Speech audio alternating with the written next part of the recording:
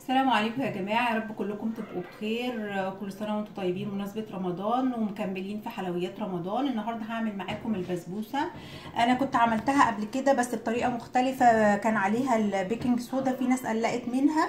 النهاردة هعملها بطريقة بسيطة جدا ومن غير بيكنج صودا، برشة بيكنج باودر. يلا على طول ندخل على المقادير. هنا انا دول عندي كوبايتين سميد بسبوسة عند العطار بيتباع، بس لازم يكون خشن. البسبوسه بتحب او على الاقل وسط، يعني ده اقصى حاجه. الناعم لا ما ينفعش. بس وانا حتى ما قلبتهمش، هم حاطه معلقه ونص جوز هند. مش بتحبيه خلاص ممكن الاستغناء عنه يعني، بس هو بيديها نكهه حلوه. وحاطه ربع معلقه صغيره بيكنج باودر اهي، حتى ما قلبتهاش. وعندي ديت نص كوبايه لبن حليب، ومعلقتين كبار ده اللي هو السيرب التقيل اللي احنا بنعمله للكنافه. ممكن لو عندك جلوكوز ممكن تحطي. بالنسبه للناس اللي عايشين في كندا ممكن يحطوا الكورن سيرب. دول معلقتين، ودي برضو نص كوبايه سمنه مش زبده، يبقى نص كوبايه لبن ونص كوبايه زبده. ومعلقتين الجلوكوز. وعندي هنا دولت 3/4 كوبايه سكر، انا معايراهم حتى بالكوبايه المعياريه. بس لازم السكر يكون نوعيته حلوه، زي ما انتم شايفين حباته صغيره عشان يدوب معايا وما يبقاش مكتل في البسبوسه. اظن مفيش اسهل من كده، مقادير كلها متوفره في البيت وان شاء الله تظبط معاكم. بس انا دلوقتي كل اللي انا هعمله هقلب الحاجات اللي هي الجوز هند على البيكنج باودر، رشه البيكنج باودر رشه خفيفه قوي اهو. وهركن بقى دول. هجيب عندي حله اهي، هحط فيها نص كوبايه سمنه اهي بالشكل ده كده، والعسل الكلوجوز او الكورن سيرب او العسل الكنافه المتوفر، معلقتين كبار اهو. خدهم بس كلهم عشان يبقى ايه المقدار عندي مظبط اهو. والنص كوبايه لبن، وعلى النار هدفيهم وما يدفوا، بس مش يغلوا، يدفوا بس. هدوب فيهم السكر، هوريكم. انا هروح بس على النار ادفيهم وهوريكم لما يدفوا. زي ما انتم شايفين اهو انا دفيت بصوا كل الخليط امتزج مع بعض ازاي اهو. هوريكم بصوا شايفين كله اخد العسل مع اللبن مع كله. هنزل بقى بالسكر اهو، كل كميه السكر اللي هي احنا قلنا عليها 3/4 كوبايه سكر اهي. واحرك بحيث ان انا احاول على قد ما اقدر ان السكر ياخد من المزيج الدافي ده، وعلى قد ما اقدر ادوبه شويه اهو. ما ينفعش يتحط السكر في النار، لا هيدوب كله، ومش هي لازم يبقى هي ليها التركه بتاعتها اللي هي دي، ان انا ادوبه على الحراره الدافيه دي بس، ما ينفعش ياخد حراره النار. زي ما انتم شايفين بصوا الخليط كله بقى اخد كله من، بصوا بقى كريمي ازاي وكله من نفس امتزج. بس هجيب بقى الحاجات الناشفه اهي. وبرده هنا البسبوسه ما ينفعش ان هي تتعجن.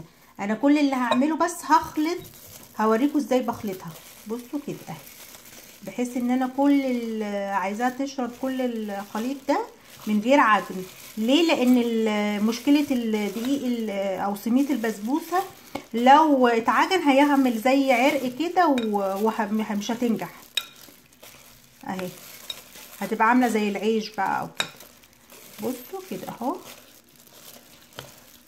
هتاكد بس كله نزل وكله اتشرب من المزيج اهي.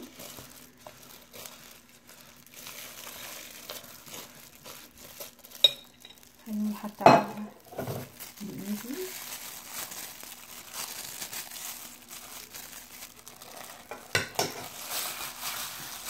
بصوا مش عاجن، بصوا اهو.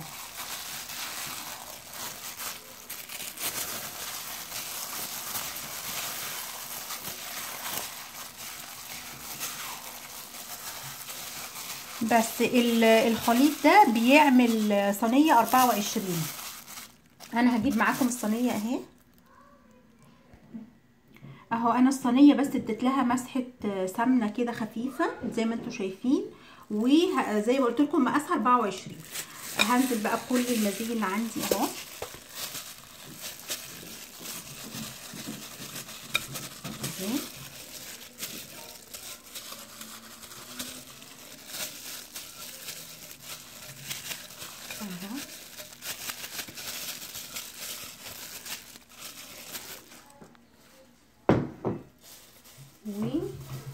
وهفرد بقى بمعلقه باي حاجه عندك اهي. انت عايزاها اتخن من كده ممكن، احنا بصراحه مش بنحب البسبوسه تبقى تخينه، بنحبها ستوم كده اهو. بفرد بقى كده اهي زي ما انتم شايفين. بصوا كل اللي انا عملتها سويتها بالمعلقه زي ما وريتكم. وبصوا اهم حاجه تسووها، بصوا التكتين دول كده بحيث تستوي كل السطح. خططتها بس بالسكينه كده، وحطيت اي بقى مكسرات عندك، سوداني، لوز، اي حاجه. هم لو عديتوهم 6 7 لوز يعني، مش اكتر من كده بس. وعلى الفرن، فرن سخن على درجه حراره 350 فahrenheit او 180 بس، لحد لما اللون ياخد لون البسبوسه الحلو. وهعمل معاكم برضو العسل عقبال ما البسبوسه تستوي، لان البسبوسه العسل سخن والبسبوسه سخنه. بس خلينا ندخلها الفرن واعمل معاكم العسل. زي ما انتم شايفين هنا بقى ده عسل البسبوسه، حاطه كوبايه من الكوبايات المعياريه. انت بتحبي تبقى مسكره ممكن تحطي كوبايه ونص، بس مش اكتر من كوبايه ونص. كوبايه سكر عليها كوبايه ميه.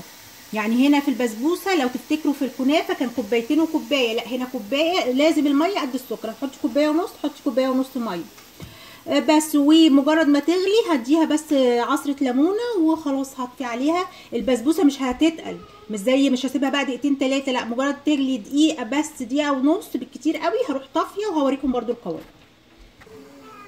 بصوا زي ما انتم شايفين غلي اهو. هعمل ايه؟ هجيب عصره الليمون اهو، هنزل بقى بعصره ليمون تقريبا يعني نص ليمونه كده اهو.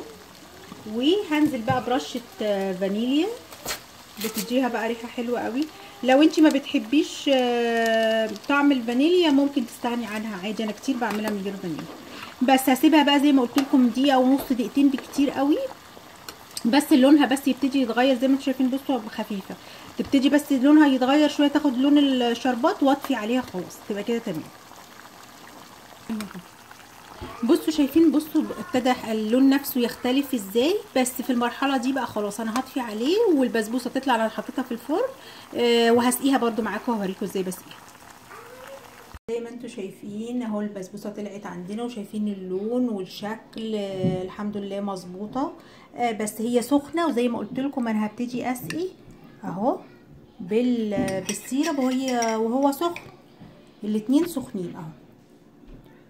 بصوا بتشرب بقى ازاي، شايفين؟ بس انا كده هسيبها بقى تشرب مع نفسها، هغطيها وهسيبها بقى تشرب كل العسل، وهوريها لكم برده في البريزنتيشن.